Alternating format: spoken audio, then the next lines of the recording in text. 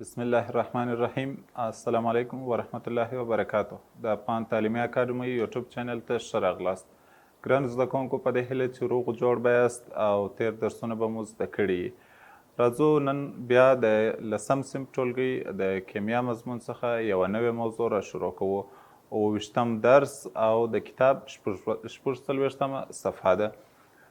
ګرانو زده کوونکو، د دې څپرکي په لوستونو کې یو بل لوست چې موږ وایو هغه د واندروالز شعاع او کوویلانت شعاعګانې دي، چې د دې موضوع ځکه یاداوري کوو په دې څپرکي کې چې موږ په تیرو فصلونو کې په تیرو درسونو کې البته د اټومي شعاع ایوني شعاع څخه بحث وکړي. نو دلې موږ د دې شعاعګانو څخه هم ځکه بحث کوو تر څو د دې په توپیر وپوهیږو چې واندروالز شعاع، کوویلانت شعاع د اټومي او ایوني شعاع څخه څه توپیر لري. راځو د موضوع شروع ته. کوویلانت شعاع لومړی. کوویلانت شعاع لکه د نوم څخه چې معلومیږي د اشتراکي اړیکې سره اړیکه لري، یعنی اشتراکي اړیکه یا کوویلانت اړیکه چې چیرې موجوده وي هلته کوویلانت شعاع موجوده کیږي. د کوویلانت شعاع دپاره تعریف داسې کولی سو: هغه اتومونه چې دوی په خپل منځ کې اشتراکي اړیکه جوړه کړي، د دې دوو اتومونو د هستو ترمنځ چې کومه فاصله موږ لرو، د دې فاصلې نیمې برخې ته موږ د کوویلانت شعاع ویلی سو. راځو ګرانو زده کوونکو، یو شکل دی. په دې شکل کې موږ یو دوه عنصرونه په نظر کې نیسو. فرض کوو چې دا شکل موږ د هایدروجن دپاره لیکلی دی. H یا د هایدروجن عنصر که چیرې موږ په نظر کې ونیسو، د هایدروجن عنصر په خپل منځ کې دوه اتومونو اشتراکي اړیکه جوړه کړې ده، یا دوی په خپل منځ کې اشتراکي اړیکه لري او د ګاز په شکل سره پیدا کیږي، هایدروجن ګاز. اوس که چیرې موږ د هایدروجن شکل ولیکو، داسې لیکلی سو چې یو هایدروجن یوه اشتراکي اړیکه یې جوړه کړې ده د بل هایدروجن سره، او دوی په خپل منځ کې یو الکترون په شریک ایښی دی.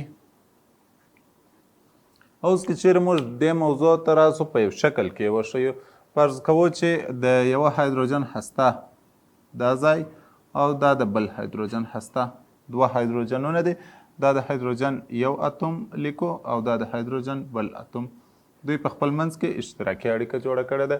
اوس د دې دواړو هایدروجنونو په منځ کې یو الکترون د دې اتوم د خوا یو د دې اتوم د خوا په شریک ایښودل سوي دي.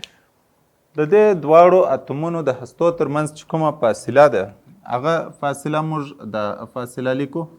دا د دې دواړو د هستو ترمنځ فاصله سوله. اوس دا فاصله موږ په ډي سره ښیو، د مثال په ډول سره. دا فاصلې ته د ډي نوم ورکوو، یا د ډي یو فاصله. که چیرې دغه د ډي فاصله موږ په دوه مساوي برخو وویشو، یوې برخې ته موږ د کوویلانت شعاع ویلی سو، او کوویلانت شعاع موږ په آر سی او سره ښیو. آر سی او زموږ کوویلانت شعاع ده.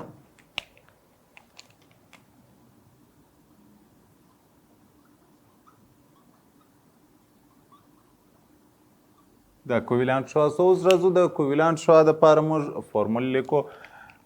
د کوویلانت شعاع دپاره لیکلی سو چې آر سی او دا به مساوي سي کومه فاصله چې موږ لرو ډي، د دوو هغو اتومو ترمنځ چې په خپل منځ کې اشتراکي اړیکه جوړه کړې ده، د دې ترمنځ فاصله موږ په ډي سره ښودلې ده، ډي. اوس که چیرې دغه ډي موږ پر دوو مساوي برخو وویشو یا په دوو برخو یې تجزیه کړو، نو موږ ته کوویلانت شعاع په لاس راکوي، چې دا موږ د کوویلانت شعاع دپاره فورمول لرو. اوس دا فاصله چې موږ په دوو برخو وویشله، نیمه برخه یعنی کولی سو چې ووایو چې د دې ځای څخه بیا تر دې ځای پورې نیمې برخې ته موږ آر سی او یا کوویلانت شعاع وایو. همداسې دې نیمې برخې ته هم موږ کوویلانت شعاع وایو. دا او مکمله برخه چې سوله د دوو اتومونو د هستو ترمنځ فاصله، هغه مو په ډي سره وښودل. اوس نو که چیرې دوه اتومونه موږ ولرو، همدا د هایدروجن اتومونه دي. د مثال په ډول سره د هایدروجن د دوو اتومونو ترمنځ ډي یا فاصله چې ده، که چیرې دا مساوي سي په 12 انګوسترون سره، چې انګوسترون د اوږدوالي د اندازه کولو واحد دی. اوس موږ د دې آر سی او یا کویلانټ شعاع که پیدا کوو چې باید څونه سي 12 پر 2 باندې تقسیم کوو، یعنې زموږ آر سی او مساوي کیږي 12 انګوسترون تقسیم پر 2 چې بالاخره 6 انګوسترون لاسته راځي. د دوو اشتراکي اړیکو لرونکو اتومونو د هستو ترمنځ د فاصلې نیمایي ته موږ د کویلانټ شعاع وایو. نو ګرانو زده کوونکو دا موضوع زموږ د کویلانټ شعاع مطابق وه. کولی سو چې د دې دپاره یو بل مثال هم ولیکو. د مثال په ډول سره یو مرکب لرو میتان یا CH4. راځو د دې میتان مرکب یا CH4 ترمنځ چې کومې اشتراکي اړیکې جوړې سوي دي د هغو اشتراکي اړیکو نیمایي برخې راخوا او هغه ته موږ کویلانټ شعاع ویلی سو. د مثال په ډول سره دلته یې شکل نوشته کوو. یو کاربن او 4 هایدروجنونه.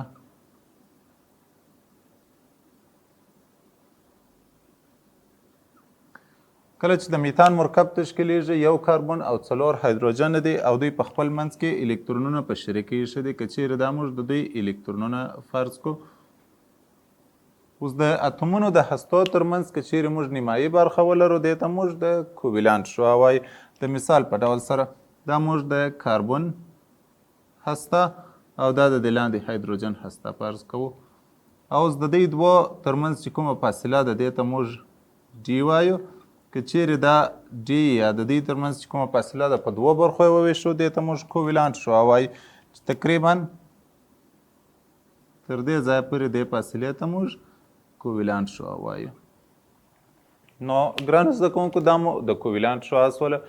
راځو د دې موضوع سره تړلې موضوع چې موږ د واندروالز شعاع وایو په دې باندې شروع کوو. دوامه موضوع زموږ ګرانو زده کوونکو د واندروالز شعاع ده. دا موضوع د کویلانټ موضوع سره تړلې ده او دواړې ډېرې سره نږدې دي. د واندروالز شعاع موږ داسې تعریف کوو چې د دوو مجاورو یا څنګ پر څنګ اتومونو تر هستو ترمنځ کومه فاصله چې ده که په دوو برخو وویشل سي دې ته بیا موږ د واندروالز شعاع ویلی سو. لکه دا دوه اتومونه موږ په نظر کې نیسو. د مثال په ډول سره دوه اتومونه په نظر کې نیسو. د لیتیم یا د اوسپنې د مسو سره زر هره ماده چې ده د دې دوه اتومونه څنګ پر څنګ موجود دي. او د دې دواړو ترمنځ که چیرې موږ فاصله په نظر کې ونیسو دا بیا هم د ډي په نامه سره یادوو. که چیرې دا د ډي فاصله یا د دوی دواړو مجاورو یا څنګ پر څنګ اتومونو د هستو ترمنځ فاصله موږ په دوو برخو وویشو دې ته موږ د واندروالز شعاع وایو. آر ډبلیو په آر ډبلیو سره یې کولی سو چې ویښوو. دا خو هم په دغه شکل سره آر ډبلیو سره یې کولی سو چې ویښوو. اوس د واندروالز شعاع چې ده هغه نظر د کویلانس شعاع ته لویه ده، ځکه په کویلانس شعاع کې اتومونه اشتراکي اړیکه جوړوي او یو د بل سره تداخل کوي. په کویلانس واندروالز په شعاع کې اتومونه یو د بل په څنګ کې واقع کیږي. په کویلانس شعاع کې اتومونه یو د بل سره نږدې کیږي. نو نظر د کویلانس شعاع ته د واندروالز شعاع لویه ده. کولی سو د دې دپاره هم فورمول ولیکو چې زموږ آر ډبلیو یا د واندروالز شعاع مساوي کیږي ډي هغه فاصله چې د دوو مجاورو اتومونو ترمنځ ده تقسیم پر 2 یا د دې پر نیمایي برخې. دې ته موږ د واندروالز شعاع وایو. دا فورمول ورته لیکلی سو. د دې مثال هم کولی سو چې داسې ولیکو. دوه اتومونه لرو. دواړه اتومونه مثال د اوسپنې اتومونه دي، څنګ پر څنګ واقع دي. د دوو اتومونو ترمنځ ډي یا کومه فاصله چې موږ لرو 10 انګوسترونه ده. اوس که چیرې موږ غواړو چې د واندروالز شعاع پیدا کړو یا آر ډبلیو کولی سو 10 پر 2 تقسیم کو.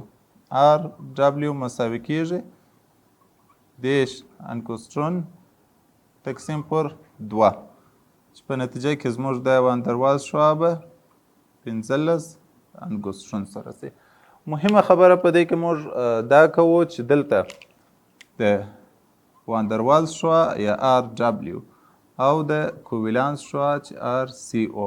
د دوی دواړو ترمنځ توپیر باید موږ وپېژنو. توپیر یې همدا دی چې د واندروالز شوه نظر د کوولانس شوه ته لویه ده. لویه په دې خاطر ده چې دلته اتومونه یو د بل سره تداخل نه کوي او په کوولانس شوه کې اتومونه یو د بل سره تداخل کوي. نو دا زموږ د کوولانس شوه واندروالز شوه سوله او هغه مو د کوولانس شوه سوله. راځو ګرانو زده کوونکو په همدې فصل کې د لسم ټولګي دوهم څپرکي د انتقالي عناصرو ځینې خواص وایو. موږ انتقالي عناصر یا د ډي د بلاک لومړی هغه عنصرونه چې هغه د ډي په بلاک کې واقع دي یا د جدول په منځ کې واقع دي دې ته موږ انتقالي عناصر وایو ځکه د دوی اکسیډیشن نمبر انتقالي دی او دوی د یو اکسیډیشن نمبر څخه کار نه اخلي. اوس د دې ډي د بلاک د انتقالي عناصرو د ځینې مهمو عنصرونو خواص وایي چې د کومو خواصو درلودونکي دي. زیاتره دا عنصرونه موږ په ساختماني چارو کې په صنعت کې استفاده کولی سو. دا د ځینو خواصو پر اساس چې یو د دوی کلکوالی زیات دی، په دوام قدم کې ډیر تعاملات کولی سي او دریم مقاومت لري او څلورم دا عنصرونه چې دي دا د مختلفو کیمیاوي معروفونو په مقابل کې مقاومت درلودلی سي لکه تیزابونه، الکلیګانې، د هوا اکسیجن، تودوخه، فشار. د دغو خواص پر اساس د دوی څخه په ټکنالوژي کې زیاته استفاده کیږي. لومړی موږ اوسپنه وایو. د اوسپنې څخه په ساختماني چارو کې یا موږ پوهیږو چې دروازې جوړول، کلکین، موټر جوړول، موټرسایکل، مختلف ماشینونه د اوسپنې څخه جوړ سوي دي. دوام قدم کې نیکل. نیکل موږ وایو چې د زنګ ضد دی او په اسانۍ سره زنګ نه نیسي. نو ډیر هغه ساختماني مواد چې هغه د اوبو سره مخامخ کیږي د نیکلو څخه جوړیږي. او بله خبره په فولاد جوړولو کې هم د نیکلو څخه استفاده کیږي. دریم پلاتین چې موږ وایو د کتلیس په حیث او په کیمیا کې د الکترودونو دپاره هم استفاده ځینې کیږي. ونادیم چې دی هم د کتلیس په حیث موږ کارولی سو او ډیر کلک فلز دی. پسې ټیټانیم د تیارو یا د الوتکو په جوړولو کې سپکوالی یې زیات دی، کلکوالی هم زیات دی ځکه ډیر سپک او ډیر کلک دی. یا اوس نوې کوم چې آیفون تلیفونونه دي د دې شاوخوا کور چې دی هغه هم د ټیټانیم څخه جوړ دی ځکه دی کلکوالی زیات دی، که تلیفون ولویږي ډیر صدمه نه ورته رسیږي او سپک دی.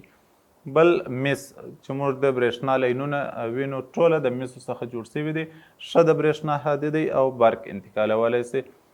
سره زر همداسې په زیوراتو کې او د برېښنا ښه هادي دی او د زنګ ضد دی. یعنی که هر څونه وخت موږ په اوبو کې دی ولرو د هوا د رطوبت سره زنګ نه نیسي. همداسې سپین زر چې پخوا به لوښي ورڅخه جوړېده زیوراتو کې استعمالیږي او په مختلفو ماشینونو کې د پرزو په حیث استعمالیږي ځکه دی د رطوبت او د اکسیجن په مقابل کې مقاومت زیات لري. وروستی سیماب چې په ترمامیترونو کې استعمالیږي یا نن سبا د سیمابو باید ډیره لوړه ده، خاص همدې د خواصو پر اساس چې دی مقاومت لري او د کیمیاوي موادو په مقابل کې ژر خپل خواص د لاسه نه ورکوي. نو ګرانو زده کوونکو زموږ د نن ورځې درس په همدې ځای باندې پای ته ورسېدی. درې موضوعات موږ د دوهم څپرکي د لسم صنف د کیمیا څخه وویل چې واندروالز شوه، کوولانت شوه او د ډي د بلاک د ځینې عناصرو خواص مو وویله. په دې هیله چې استفاده ترې وکړئ او زده کړي به مو وي. تر راتلونکي درسه پورې چې زه بیا درته حاضرېږم په الله جل جلاله مو سپارم. الله مو مل.